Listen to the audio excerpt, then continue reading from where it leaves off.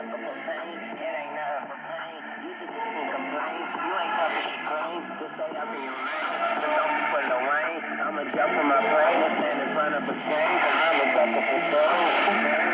Used to doing bad, now we feel like we just now getting there. Ain't got no other way, so we started and finished it. No pain, no gain. Never slow down, made our own way. Never going slow, we pick up the pace. We want it from a young age. No emotion, that's what business is. Lord have mercy on the witnesses.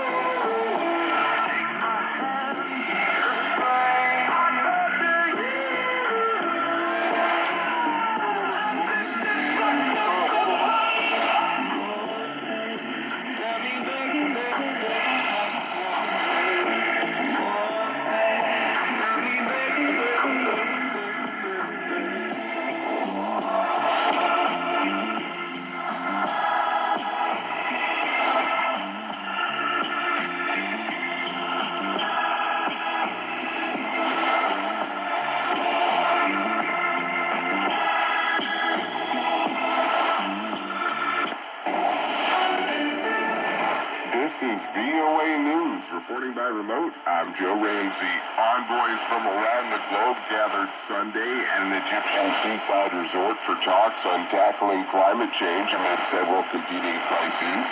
It gives me great pleasure to declare open the 27th session of the Conference of the Parties to the United Nations Framework Convention on Climate Change.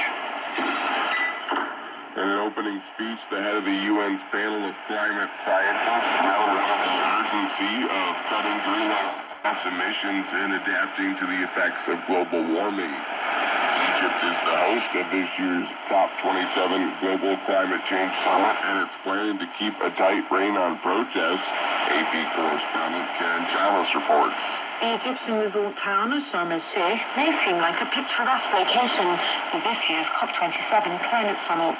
However, behind the postcard-perfect appearance, Egyptian authorities have created a tightly controlled fortress. Climate activists are saying the restrictions will limit their ability to protest and raise awareness of their cause.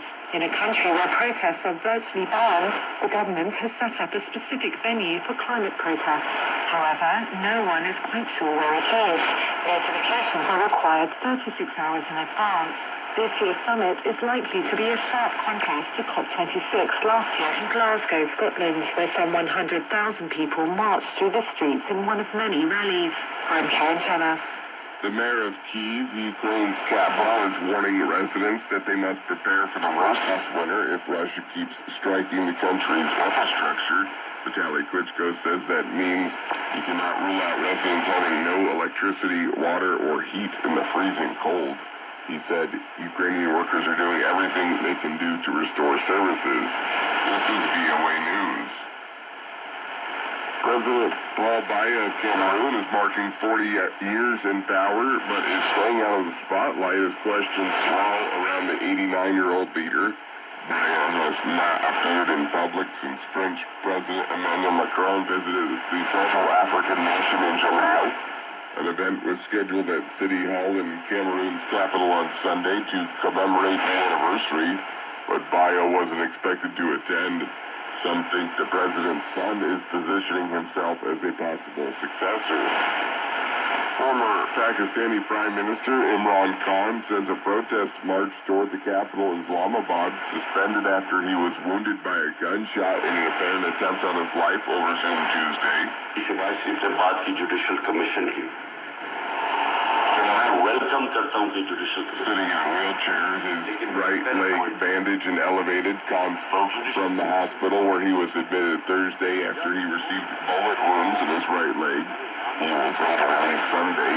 Khan's march in the capital was suspended after a gunman opened fire, wounding him and killing one of his supporters.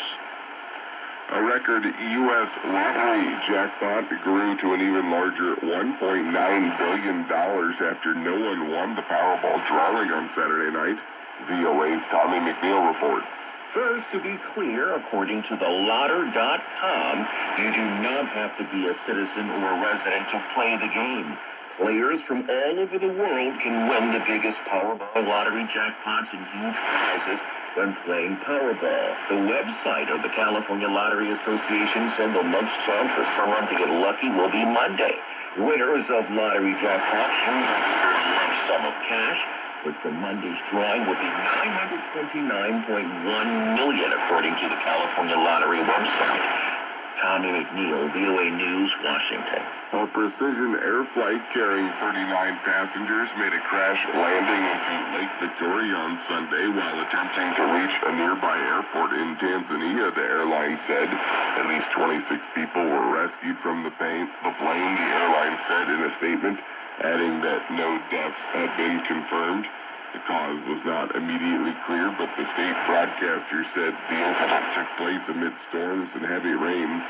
Videos and pictures on social media showed the plane almost fully submerged, with only its green and brown-colored tail visible above the waterline of Lake Victoria, Africa's largest lake. Find more on our website, voanews.com, or follow us on the VOA mobile app. Reporting by remote, I'm Joe Ramsey, VOA News.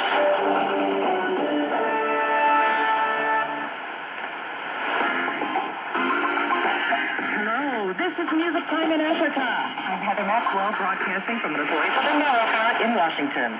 It's great to be back with you again this weekend. I have an amazing show for you. It's a special edition that right out here in the middle of the hour is dedicated exclusively to your all-time favorite African songs. Now, you're all different ages, so I had to narrow the scope to a specific category, and today that is millennials. That's ages 26 to 41. The playlist is awesome. It ranges from recent hits to past hits, and several of the songs, most of the returns, begin with personal voice notes and messages from all over Africa and the diaspora. At the bottom of the hour, that is the one digression from today's program. We have a mega producer and artist. His name is Sado. Bill Odidi meets Sado in his studio in Nairobi, and they talk about his upcoming debut solo album called Seduction, and we listen to a few examples of that. And that's it. That's the show. So sit back, relax, and enjoy.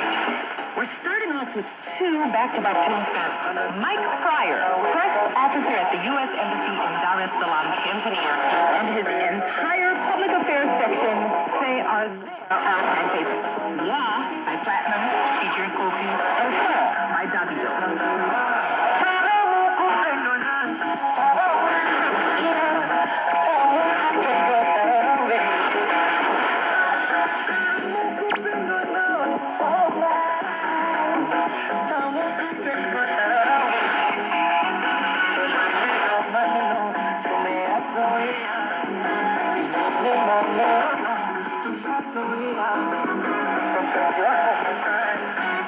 One